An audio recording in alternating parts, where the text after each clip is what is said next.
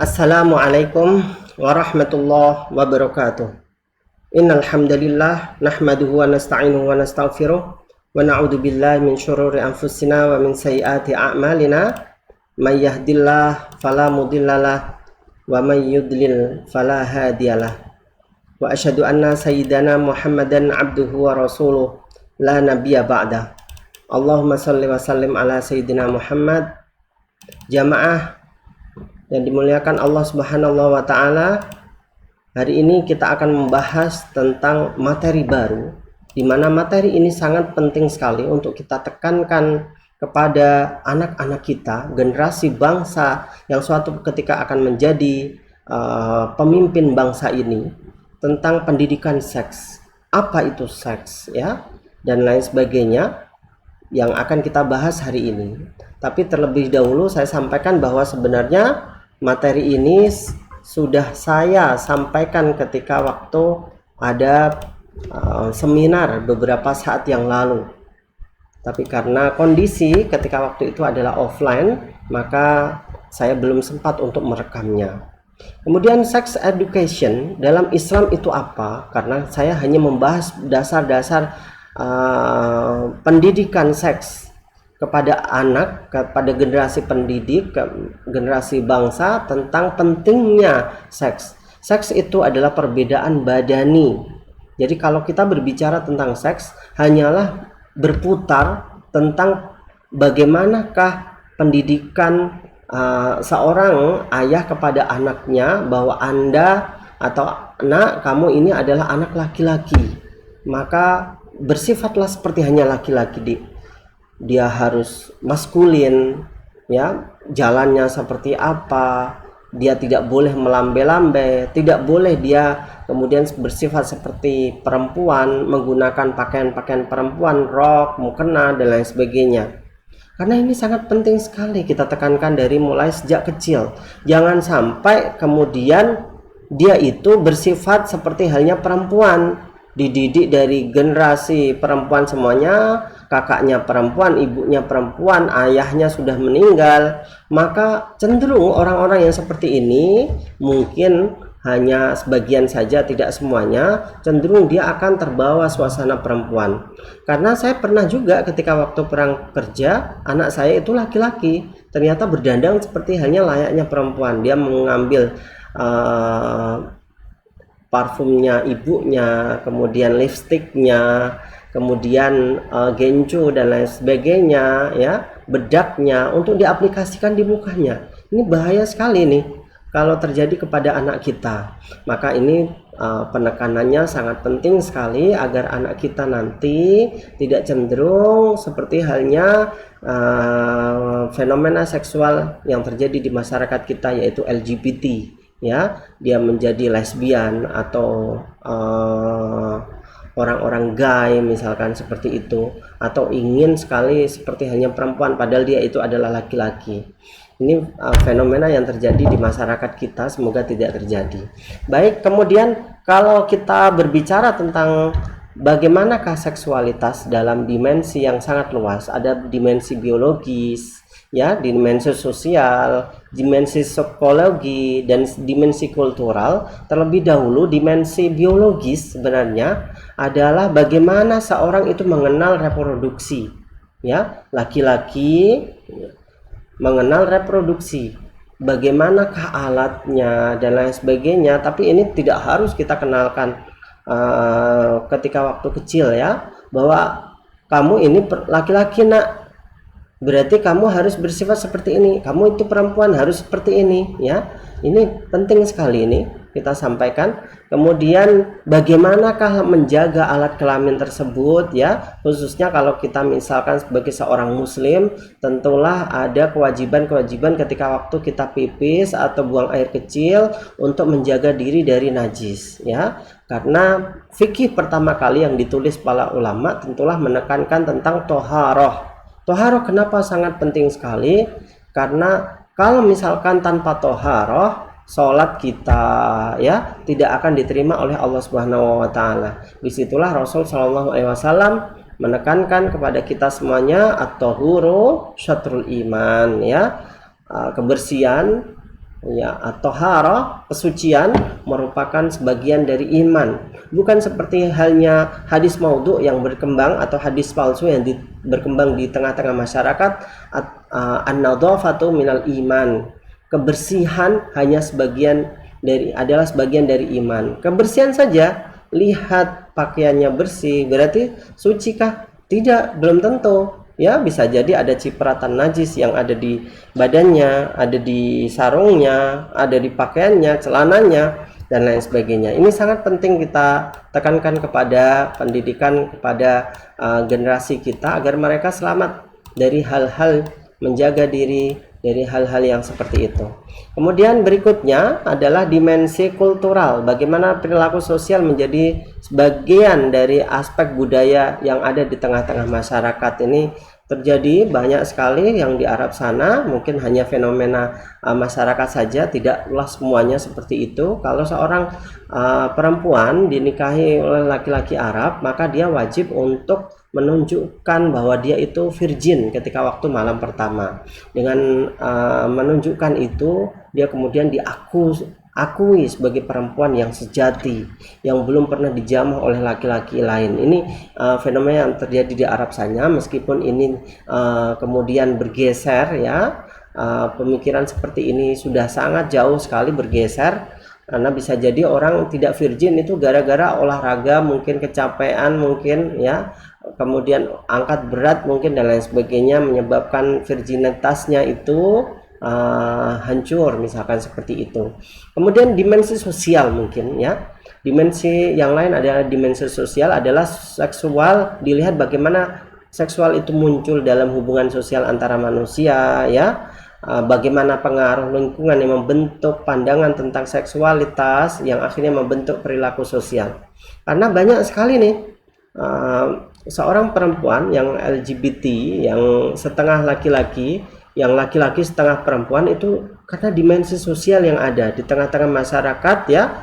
Dia, yang saya sampaikan tadi, dia hanya mengenal pendidikan dari kakak-kakaknya yang perempuan, padahal dia adalah seorang laki-laki, maka dia terdidik sebagai seorang perempuan. Akhirnya dia tidak sanggup untuk menjadi seorang laki-laki. Ini banyak sekali terjadi. Kita harus tekankan, meskipun keluarganya adalah perempuan, dominannya perempuan, dia harus ditekankan bahwa dia itu laki-laki. Jangan sampai terbalik, ini seperti itu. Demikian. Kemudian dimensi seksualitas dalam dimensi psikologis, ya, kaitannya dengan bagaimana menjalankan fungsi makhluk sosial, ya. Kemudian identitas, peran, apakah laki-laki cenderung berperan dibanding sama perempuan di aspek politik atau kenegaraan dan lain sebagainya. Ini adalah dimensi psikologis. Kemudian manfaat dari pendidikan seks itu apa? Pertama, agar anak tidak terkejut saat memasuki pubertas. Karena banyak nih pertanyaan anak-anak kita ketika waktu kecil, ya, tiba-tiba saja dia itu diminta oleh ibunya untuk berpuasa. Nak, besok berpuasa ya. Ternyata ibunya itu tidak berpuasa karena datang bulan mungkin, ya, haid mungkin, ya. Kemudian tanya anak ini yang lugu, ibu kenapa mewajibkan saya puasa sementara ibu tidak? Ini wajib kita jelaskan, karena ibu ini sedang datang bulan, nak. Datang bulan itu tidak boleh berpuasa. Kita jelaskan seperti itu. Dan tentulah kita harus mencontohkan yang baik. Andaikan kita itu makan ketika waktu bulan Ramadan, meskipun kita itu haid, ya, kita jangan sampai memakan makanan atau minuman, ya, di depan anak kita, karena ini bukanlah pendidikan yang baik. Yang kedua adalah memenuhi rasa ingin tahu anak dengan cara yang tepat. Cara yang tepat ini harus kita gunakan nih. Jangan sampai kemudian kita jelaskan hal-hal yang aneh kepada anak kita. Pendidikan seks ini sangat penting sekali. Rasa ingin tahu anak tentang pendidikan seks ini sangat besar sekali. Bu, ini apa namanya? Fungsinya apa? Kenapa ibu lebih besar dadanya daripada dadaku? Karena kamu laki-laki, nak. Kamu tidak mempunyai dada, kamu mempunyai kelamin ini dan lain sebagainya. Disebutkan seperti itu. Tapi tidak perlu harus kemudian kita panjang lebarkan dalam menjelaskan, ya, karena sangat tabu sekali. Kemudian mencegah anak agar tidak melakukan aktivitas seks yang menyimpang. Penyimpangan seks tadi saya sampaikan di awal bahwa karena pendidikan seks di keluarganya yang salah menyebabkan anak-anak seperti itu. Kemudian yang keempat adalah mencegah kehamilan usia dini. Pendidikan seks yang baik pada anak kita ya akan mencegah kehamilan usia dini. Dia harus kenalkan, kalau kamu berhubungan badan nak, ketika waktu dewasa nanti, maka kamu akan hamil dan kamu akan menanggung resikonya.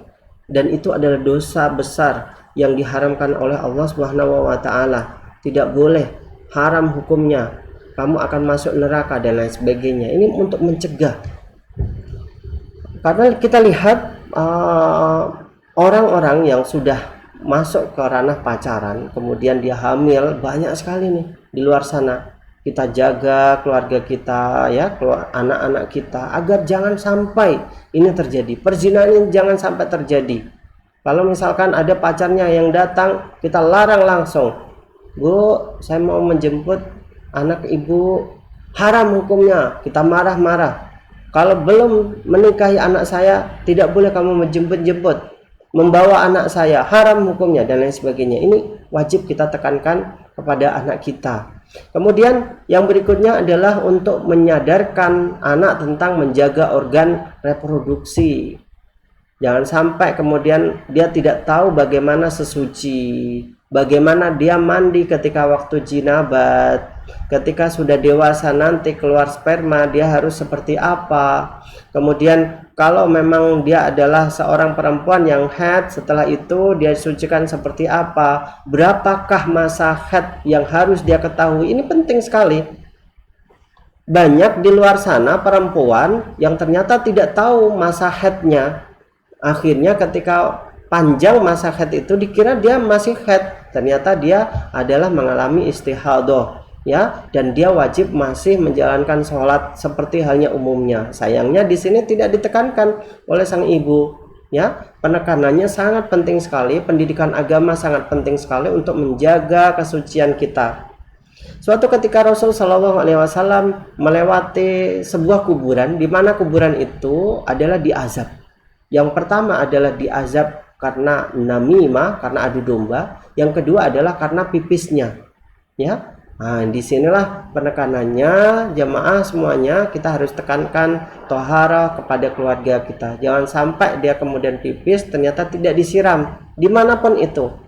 Tempatnya harus adalah WC, jangan sampai tempat-tempat yang dilarang oleh Rasul SAW seperti halnya air yang tenang, tidak boleh dipipisi karena di situ ada jinnya. Biasanya seperti itu. Kemudian pohon yang berbuah tidak boleh juga ya, karena bisa jadi ada jinnya juga ya yang akan mengganggu kita dan lain sebagainya. Ini penting sekali pendidikan agama yang kita tekankan kepada anak-anak kita.